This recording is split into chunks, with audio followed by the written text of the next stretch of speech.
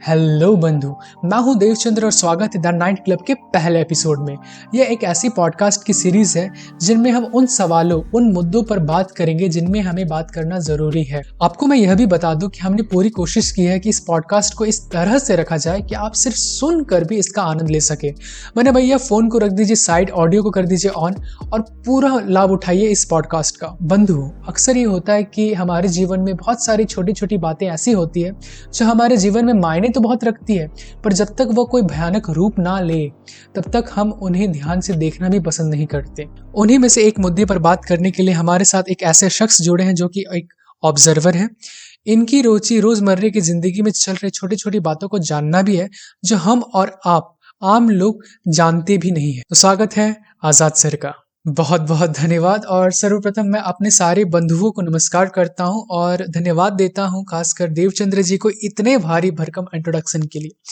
देखिए, उम्र हमारी है कम और अभी अभी ही अनुभव को प्राप्त करने का सिलसिला चालू हुआ है। कोशिश यह रहेगी कि यह सिलसिला हमेशा बरकरार रहे। तो आजाद जी, बढ़ते हैं आज के पहले सवाल से। क्या दिक्कत है आपको गाय रखने वालों से? गाय की सेवा करना एक पुण्य का काम है, फिर आपको क्यों परेशानी होती है? देव जी, परेशानी नहीं दुख होता है मुझे, और सिर्फ शहरी इलाके वालों से, ग्रामीण क्षेत्रों से बिल्कुल नहीं।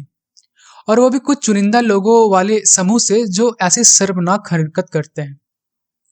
देव जी, क्या आप गेस भी कर सकते हैं कि हर साल ऑन एवरेज कितने गायों की मृत्यु सिर्फ रोड एक्सीडेंट्स के कारण हो जाती होंगी? ऑन एवरेज कितने गायों की मृत्यु रोड किनारे पड़े गार्बेज में पड़े जो प्लास्टिक्स होते हैं ना, उसे खाकर हो जाती होंगी? हाँ हाँ, गूगल कर लीजिए। एवरेज 1,000, लगभग 1,000। आपको लगता नहीं कि यह आंकड़ा कुछ ज्यादा ही है? तो आप ही बताइए, इन्हें रोकने के लिए क्या क्या तरीका हो सकते हैं?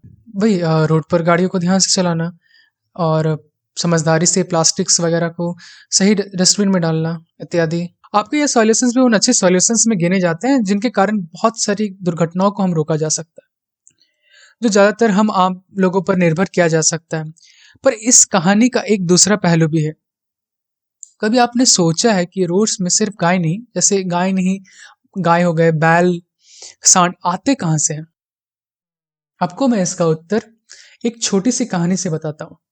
मेरे स्कूल टाइम में एक दोस्त हुआ करता था, जिसका घर में मतलब दूध का व्यवसाय किया जाता था, जैसे गायों से दूध निकालना, घरों घरों तक पहुंचाना।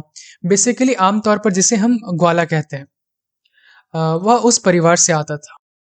एक दिन हम लोग ट्यूशन से घर लौट ही रहे थे कि वो अपने घर जाने के लिए बहुत जल्दी में था। हमने भी पूछा, अरे भाई, इतनी हड़बड़ी किस बात की? तो उसने जवाब दिया कि उसके घर में एक गाय ने एक बच्चे को जन्म दिया है, तो थोड़ा साफ सफाई करनी है। तो हमने कहा, बधाई हो, नई गाय आई है। तो उसने कहा, नहीं नहीं नहीं, हाँ, इस बार मादा नहीं, इस बार नर हुआ, मतलब फीमेल नहीं मेल हुआ है। तो मैंने बोला, ये भी अच्छी बात है। उसने जवाब दिया, हाँ, बस साल भर की बात है, रखेंगे, फिर क्या 1 साल बाद छोड़ देंगे। तो मैंने हैरानी से पूछा, मतलब मैं समझा नहीं, छोड़ देंगे कहाँ, मतलब और क्यों? तो उसने जवाब दिया, तो और क्या ही करेंगे, पालेंगे थोड़ी ही, गाय थोड़ी है जो दूध देगी, और ना ही हम लोग खेती करते हैं, तो क्या ही जरूरत, ऐसे ही बाहर छोड़ देंगे रोड पर, वो अपना समझे हम अपना समझे क्या। और इतना कहकर मेरा दोस्त वहां से चला गया। वो वहां से चला तो गया, पर जाते जाते वो मेरे मन में एक डाउट देकर गया। मैंने इसके बारे में थोड़ी और खोजबीन चालू की और यह पाया कि इस तरह की मानसिकता सिर्फ एक लोगों तक सीमित नहीं रहती है। अब मैं आपको भारत में शहरी क्षेत्रों में रहने वाले उन ग्वालों की एक असलियत के बारे में बताने जा रहा हूं। पहला, जब भी कोई गाय किसी बच्चे को जन्म देती है, उसके तुरंत बाद ही उससे दूध उत्पादन की प्रक्रिया शुरू हो जाती है। बच्चे को माँ का दूध पिलाया जाता है और बचे हुए दूध को व्यवसाय के लिए घरों घरों तक बांट दिया जाता है। यह प्रक्रिया करीब 300 से 305 दिनों तक चलती है और इसे हम आमतौर पर लैक्टेशन पीरियड या दुग्धपान स्तनपान अवधि भी कहते हैं। अब होता यह है कि अगर वह बच्चा एक मादा फीमेल पैदा हो तो उसे रखने की बात की जाती है, वरना अगर वह नर हुआ मेल हुआ तो उसे थोड़े समय बाद छोड़ दिया जाता है। आप हैरान नहीं होंगे कि रोड्स पे, सड़कों पर बैलों की संख्या भी कम नहीं है। दूसरा, हमारी गायों का एक फर्टिलिटी पीरियड भी होता है जो बढ़ती उम्र के साथ खत्म होने लगता है।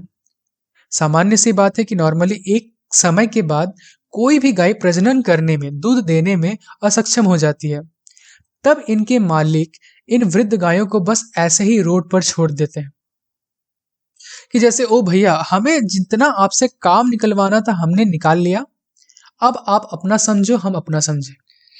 ये तो बहुत गंभीर आरोप है। जी हाँ, आपके घर दूध आता है क्या? हाँ, आता है। तो आप अपने ग्वाले से बस, मतलब डायरेक्टली नहीं, थोड़ा सा मक्खन वक्खन लगा के थोड़ा चालाकी से पूछिए कि इन वृद्ध गायों और या बैलों को वो क्या करते हैं। अपने दोस्तों से भी पूछने को कहिएगा। देखिए, ज्यादातर ग्वालों से अनलेस वो दूध के धुले हो, आपको इसी तरह का जवाब सुनने को मिलेगा। आजाद सर, आप बात बात पर ग्रामीण लोगों से बहुत तुलना कर रहे हैं। तो आपके अनुसार एक शहरी और एक गांव के बीच में क्या तुलना हो सकती है, और क्या कारण हो सकता है कि शहरी आदमी इस तरह की हरकत कर रहे हैं? देखिए, मैं सर्वप्रथम गर्व से कहता हूं कि मैं एक गांव से जुड़ा हुआ, गांव की मिट्टी से जुड़ा हुआ एक व्यक्ति हूं। मुझे कोई शर्म नहीं है जब कुछ so called over westernise mentality वाले लोग मुझे गवार कहकर संबोधित करते हैं।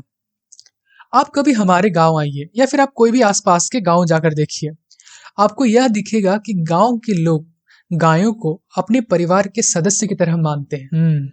एक गाय के नए बच्चे का पैदा होने से लेकर उसके दूध उत्पादन, वृद्ध अवस्था, यानी पूरे जीवनी भर उसका ख्याल रखा जाता है।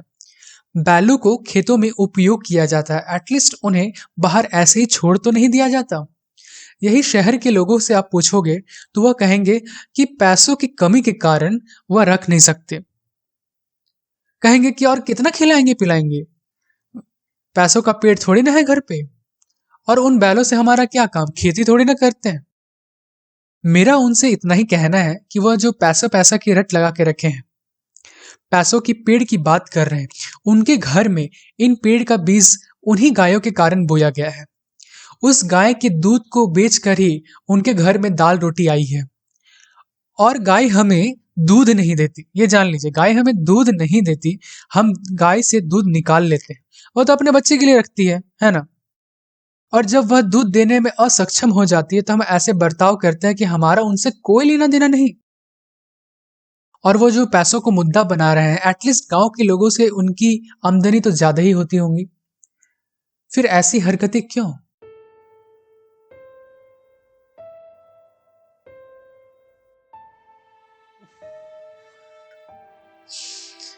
आज आजाद जी से काफी हैरान कर देने वाली बातों का खुलासा हुआ।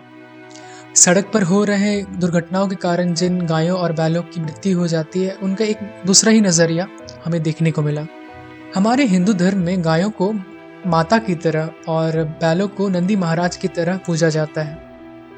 और ये सिर्फ एक धर्म तक सीमित नहीं है, आप किसी भी धर्म में हो, आपको भी पता है कि दूध का हमारे जीवन, हमारे स्वास्थ्य में कितना महत्व है। तो ये हमें जानने का अधिकार नहीं कि वह दूध आता कैसे है। देखिए बंधुओं, आप और हम चाहे तो इन चीज़ों को रोक भी सकते हैं। कई ऐसे ऑर्गेनाइजेशंस हैं जैसे दक्षिण वृंदावन ट्रस्ट, ध्यान फाउंडेशन, जो बाहर स्ट्रे काउज एंड बुल्स की मदद भी करते हैं। आप इन्हें फॉलो भी कर सकते हैं। Till then please drive safely and properly. कचरे को सही डस्टबिन में ही डाला करें। और आज के लिए इतना ही। तो चल बंधु, बाय।